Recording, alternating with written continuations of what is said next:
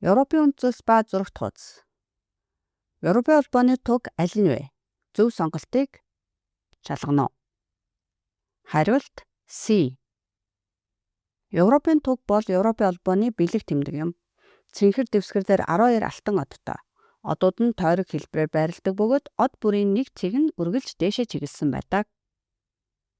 Та Европын холбооны үндсэн 6 үнд зүйлсийг загшаад бичиж чадах уу?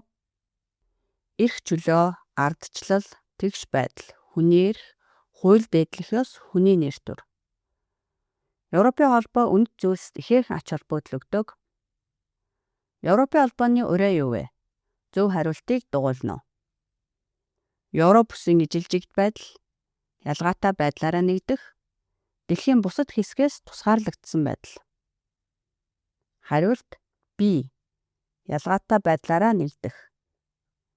Европын холбооны хүмүүс инх тайван хөгжил цэцгэлэлтийн төлөө хамтран ажилладаг. Тэд Европ дахь өөр соёл, уламжлал, хэлд хүндэтгэлтэй ханддаг. Тиймээс Европын холбооны ураа нь олон янз байдлаараа эвлэлдэн нэгдэх юм. Европын ардчлалын үйл ажиллагааны төлөвлөгөөний тулгуур 3 баг нь юу вэ? Шударга сонгуул, үг хэлэх эрх чөлөө, худал мэдээлэлтэй тэмцэх.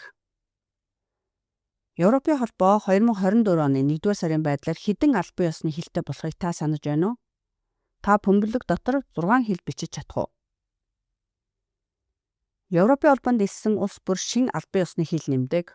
2024 оны 1-р сарын 1-ний байдлаар Европын холбооны албан ёсны 24 хэл байна.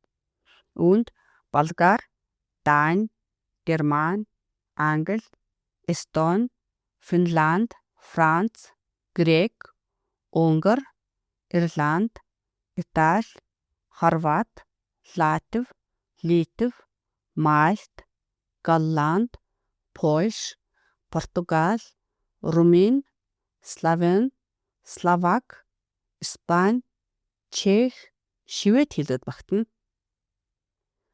Людвиг ван Бетховены аль хөгжмийн зохиолыг бэлгэдлийн утгаар нь Европын холбооны төрийн сүлд дуугаар сонгосон бэ? Зөв хариултын хажууд байгаа хөгжмийн нотыг өнгөөр бодно. Сарны санаат, Фюэлис, Ода Андреа Фойде буюу Баяр Баясгалангийн магтаал, 5-р симфони. Хариулт Ода Андреа Фойде буюу Баяр Баясгалангийн магтаал. Европын холбоо албан ёсны дуутай. Баяр Баясгалангийн магтаалыг чухал мөчүүдэд төрийн дуулал болгон ашигладаг. Энэ зохиолыг Людвиг ван Бетховен 200 жилийн өмнө зохиожээ. Нийгэм дэх тэгш байдал гэж юуг хэлдэг вэ? A. Хүн бүрт ижил үр дүн. B. Хүн бүрт ижил баялаг. C. Хүн бүрт тэгш ирэх боломж олгох. D. Нийгэм доторх ижил үзэл бодол, итгэл үнэмшил. Хариулт C. Европын холбоо нь эрэгтэй эмэгтэй, хөгжлийн бэрхшээлтэй хүн гэлтгүй хүн бүрт тэгш боломж олгохыг хүсдэг. Европын холбооч хүмүүс хоорондын ялгуурлан гадуурхалтыг зогсоохыг хүсэж байна. Европын холбооны ямар баримт бичигт үндсэн эрхүүдийг тусгасан бэ? A. Хүний эрхийн түгээмэл тунхаглал. B. Европын холбооны үндсэн эрхийн дүрм. C. Хүний эрхийн тухай Европын конвенц. Хариулт B. Европын холбооны үндсэн эрхийн дүрм. Үг хэлэх эрх чөлөө гэх мэт эрхүүд маш чухал. Тийм ч учраас Европын холбооны үндсэн эрхийн дүрм хэмээх тусгай баримт бичигт тусгасан байдаг.